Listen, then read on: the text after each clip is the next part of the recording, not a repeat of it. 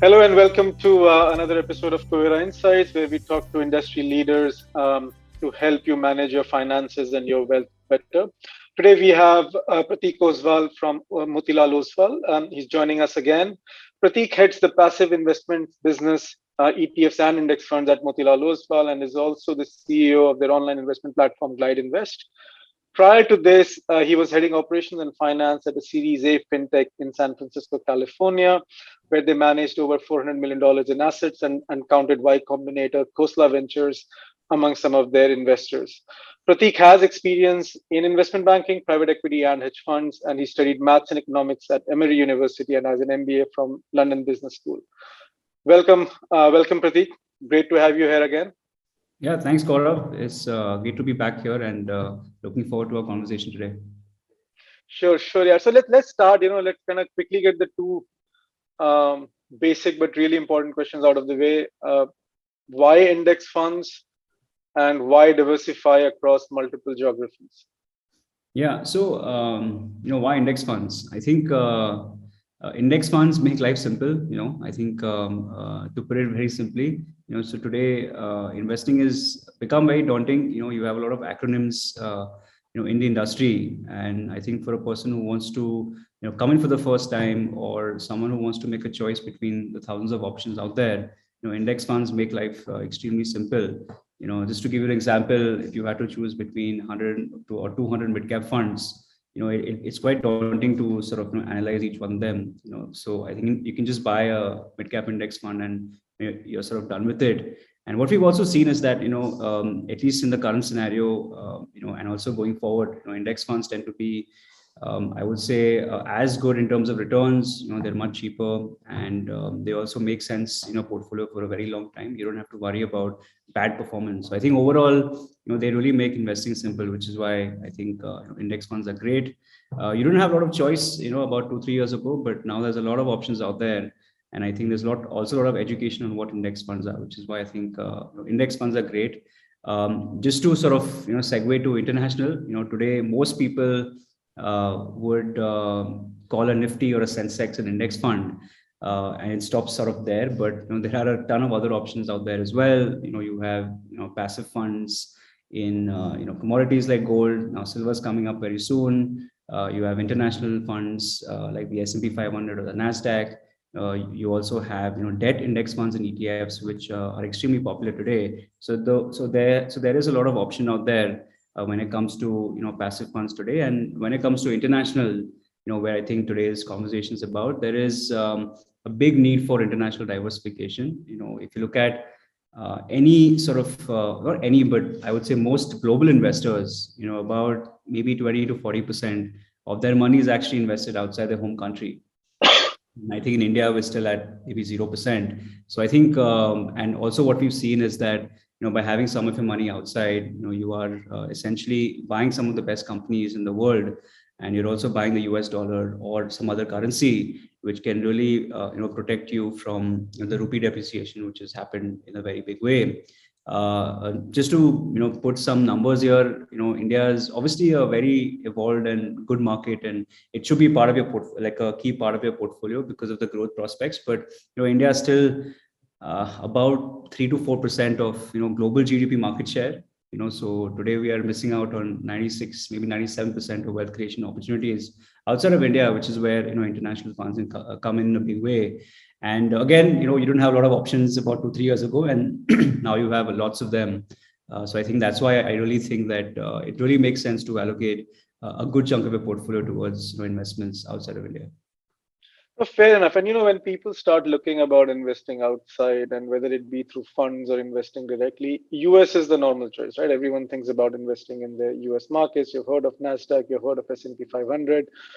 Those companies just roll off your tongue. All the tech behemoths you talk about are largely US domiciled. So, but what happens after US? What's there outside of US, right? And usually people make a very strong argument that, hey, a lot of the US companies, because a lot of the US indices, because at least right now, as they stand currently they're tech driven, so they bring in some level of globalization with them on their own.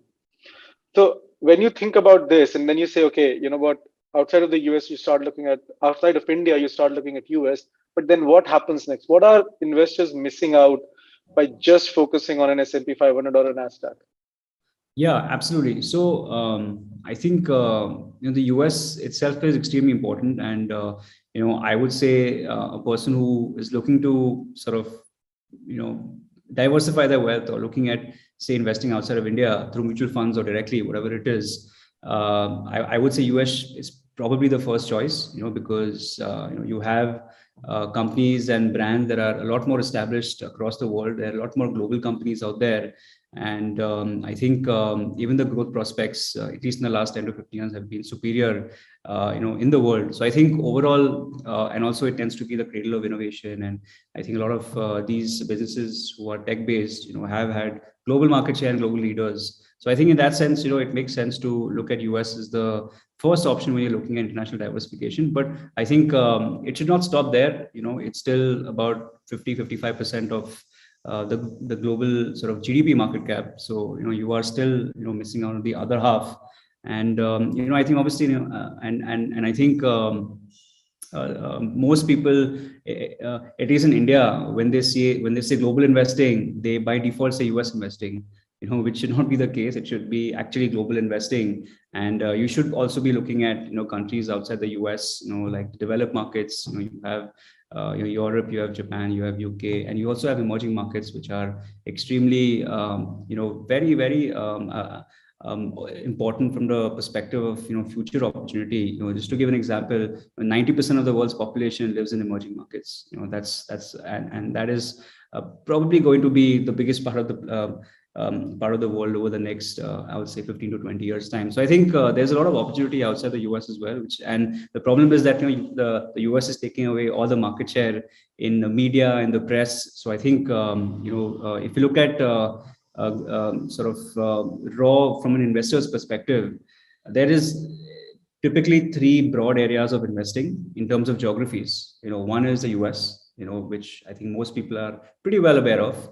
The second geography, and this is the world's largest global theme, is Europe and Far East, which is a combination of Europe, UK, and sort of Japan, and so basically all the developed markets in the world outside the US. And the third piece, which is also I think from an investor's lens, a very important, is the emerging markets piece, which is combination of India, China, Taiwan, Korea, Brazil, Russia. So these are also fast growing countries and offer a lot of I would say opportunity for wealth creation, which is why I think investors who want to create a very sort of comprehensive global portfolio should be looking at these regions as well, for their diversification needs. And also I think most people are return driven, but it's important to notice that no one really looked at US about 10 years ago. I think a lot of my friends in the US, when I was in college out there, were pouring money into India about 10 years ago. And now the same friends are sort of investing in the US. So I think it's really hard to predict the future. It's very hard to predict where returns will be in the future. So I think the best way is just to have an asset allocation approach where you are taking a disciplined bet on each geography. And I think then obviously let the geographies decide where your portfolio goes. So I think that's where at least I think what most investors should be doing. So just to kind of carry this theme forward, right? So it makes a lot of sense that you have India, that's your core market, that's your home market. You will always have India allocation. Once you start looking out, once you have a certain level of wealth, then you will naturally gravitate towards the US, where all the brands are, and where it's one of the largest markets, like you rightly said. It also has the tailwind of really good returns, which investors find attractive. And then you have the other DM markets, which is Europe, UK, Far East, and then you have the emerging markets. Now, I'm a simple investor. I'm sitting in front, and all of this makes a lot of sense. By the way, it's not like this doesn't make any sense. It makes tons and tons of sense. There are a bunch of European brands that I know of. There are a bunch of Japanese brands. My car is probably one of the Japanese cars or a Korean car. And these brands are equally known to us as American brands are. But how do I decide how much to allocate to which geography? And are we kind of getting into a similar problem where, because there will be at some point too many international funds, people will be just spoiled for choice, and effectively, some kind of analysis paralysis will set up where everything makes sense, but you don't know how to make that decision and you don't know how to pull the trigger, right? So how would you advise an investor, right? If someone's watching this, how should they think about what should they allocate to each of these buckets? Yeah, Or at yeah, least what framework they should use. I'm not looking for actual numbers, but what mental model they should use. yeah. No, I think that's a good question. I think in terms of how you should think about these things, if someone wants pure simplicity and just wants maybe one fund, which I would recommend is one fund that does it all, then any sort of broad-based US fund does the job for you. I think the good thing about investing in the US is that you're only investing in a US-based company. That company may have operations all across the world. So just to give an example, if you look at the top 500 or the S&P 500 list of companies, about 45% of the sales of these companies actually come from their operations outside the US. So I think you're anyways buying a pretty good global diversified sort of revenue portfolio by just investing in a US company, because they tend to be the most geographically diversified. But obviously, if someone is looking to look for more options outside the US, which I think makes sense from an asset allocation point of view, you're also trying to minimize. So the whole point about investing in different geographies is to lower your portfolio volatility. It's Yep. diversification. That's extremely important. And what we've seen is that the US and these other geographies move in very different directions, Right. which I think is a key reason to why you should be looking at funds outside the US, and this includes India and China and all these countries. In terms of how you should do it, I think there's a what we've learned, and I used to manage money for a lot of investors in the US. So typically they use, and this is a very sort of simply, you can sort of, they do it in terms of GDP of the entire world. So suppose US is about 55-60%. So I would say maybe put maybe 60 to 65% of your international allocation in the US, because that's obviously the biggest market, most dominant, and probably is going to be a lot bigger. And then the rest you can sort of divide between DM, which is developed markets, and then you also have emerging markets, which is EM. So I think that's how I would structure that global portfolio. Very simple. 60-20-20 is something that I keep recommending to everyone. It keeps life simple. Keeps life simple. And I mean, there are these MSCI World indices, right? Do you think there is a chance we'll see index funds or ETFs based on that in India anytime soon? Yes. So number one, there's actually a misconception about MSCI World. So if you look at the MSCI World Index, it's actually not a World Index; it's a DM index. It's a DM index, yeah. But Yeah. at least it combines the The US, UK, Europe US. all into Yeah. So it's basically a combination of US and all the other developed markets. It's a great index. It's just that it's from the investor's point of view, at least, it's not as popular as sort of separating it out into different regions. So I think people would want to ideally want a little bit more flexibility in how they allocate their assets. Which is why I think people would rather have some of the money in US, some of the money in DM, and I think some of the money in emerging markets. I think even a world index fund, which includes the entire world, is a perfectly good strategy to have. That also makes life simple. But at least what I have seen with a lot of most global investors, and this is by the number of assets or the money that's raised through international funds, is that people would rather play I would say emerging markets, developed markets in the US separately, as like building blocks, as opposed to I think combining the two regions. But to like keep life simple, as I said, even MSCI World is equally, it's a very good strategy where you don't have to really worry about how much to deploy in US, how much to deploy in so Europe and Japan and all these countries. Totally take the point, and I think the 60-20-20 is a very good thumb rule, and people can then choose if they want to overweight some region or underweight some region. If you're too bullish emerging markets, you can allocate it accordingly. Just going one step back now, right? Like, what percentage of and how should people think about how much they should invest internationally to begin with? Yeah, it's good. The base question, right? I mean, and again, there is no right answer here. I'm just kind of looking again at different mental models on should you have 80% of your equity portfolio? Should it be 80-20, 60-40? How should people think about it? And how does it actually help them Because if you go purely by correlations and by past returns, the international allocation comes to be very, very high, and which will not be palatable to most investors. They will always be like, hey, you know what, I don't even know half of these companies. I know four of them. I know 10 out of the 500 companies at S&P 500. So while in India, I'm pretty familiar with all of them. So how do you think about a simplistic model of breaking that up? Yeah. So, I actually completely agree with you. I think number one rule is to invest in what you understand, and, I think since we're all, I mean, and this includes me as well, very comfortable. We understand India a lot better, and we're more comfortable. So because, when it comes to downsides which will happen everywhere in the world, the US might crack 40%, India might crack 40%. Our because our ability to understand the local market is a lot higher, our sensitivity to risk is also a lot lower to that, which is why I think it makes sense to have your core or your big allocation towards India, because anyway India is doing well, has good prospects and all of that. But I think I maintain this with most people I talk to, is that international should more be of a diversification sort of a thing. Yes, last 10 years have been great for the US, but actually most people don't tell you this, but over the last 20 years India has outperformed the US. So I think you really can't predict where things will go in the future. So I think maybe a 20 to 30% allocation of your equity allocation can be used to sort of diversify your wealth.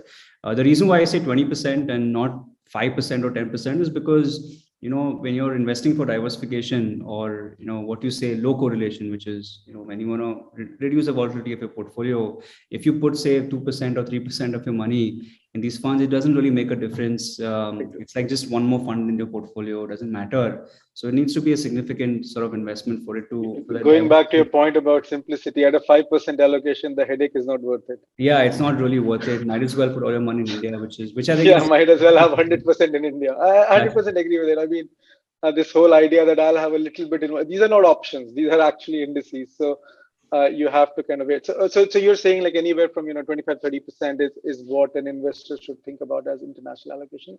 Again, good rule of thumb, makes perfect sense. One last area that I would like to discuss is what kind of innovation you expect to see in international index funds in India. Where is the industry heading? What are the kind of products that you see investors are asking you for, and what kind of products you think are going to come out in the next 6 to 9 months? yeah, it's great. So a lot of action happening. I think it's a new category in India, and I think still a lot of people are trying to sort of still grapple and understand. And I think there's a lot of sort of still people are still trying to sort of wrap their heads around this category, because I think most people are pretty confident that it's going to be a big category, and it makes sense to be, because I think portfolio should have some international in it. But I think in terms of innovation, we have seen a lot of launches in the last a year and a half to 2 years in the international category, and I feel like there is, as I said, again, a lot of focus in the US. I would say out of say the 30 launches, 28, 29 would be US based funds, which is fair because they've done really well, and that happens to be the first fund that you can invest in. But I think a big play that it will probably happen in the next maybe couple of years is going to be on thematic funds. I think what's happening in the world right now is a lot of people are now sort of have their core allocation in these simple broad-based funds, and I think a lot of people are trying to build that satellite allocation, which is and that's where the thematics or the smart beta funds come into play. With the international section, I think smart beta, or not smart beta, but thematics can play a big role in building a portfolio, especially when it comes to the new economy, which I think everybody's talking about. I think there's a lot of talk about if it's AI or blockchain or self-driving cars and all of that, which I think it's definitely to do with the flavor of the season, but also I think there is some truth towards how these things will play out in the future, and these themes cannot be available with the top 5 or top 10 companies. So I think there will be some sort of shift towards thematic plays, which is similar to what's also happening in the US.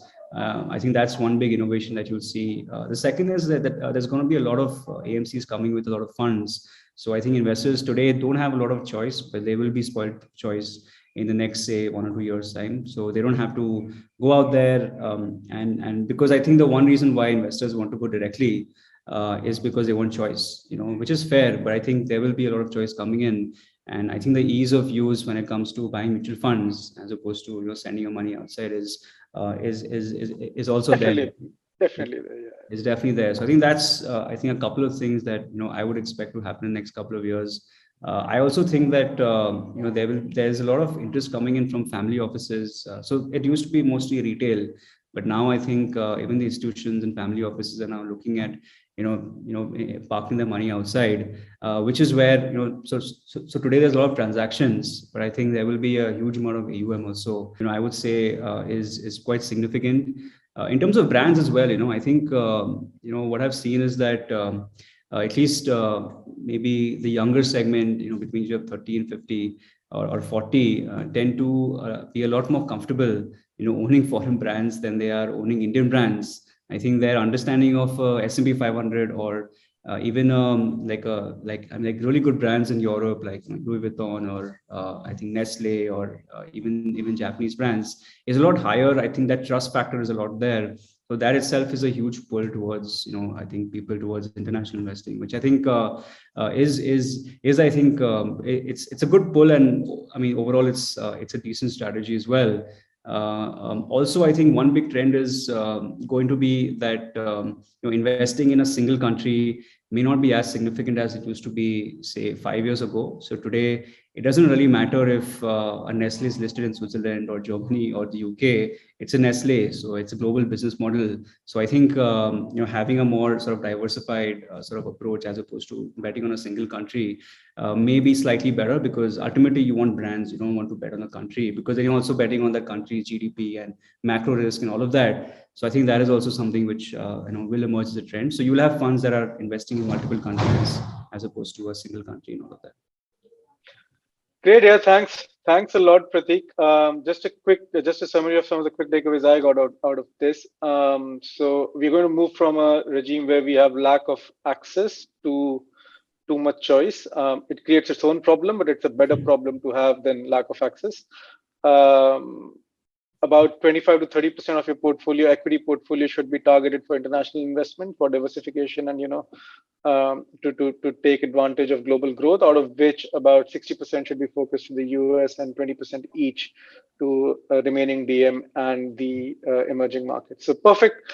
Thanks again, Pratik. It was lovely to have you here, and good luck with all your future product developments. Yeah, thanks a lot, Gaurav. Thank you for having me out here, and thank you, Kuvera, for having me as usual. And looking forward to more events. Thank you so much.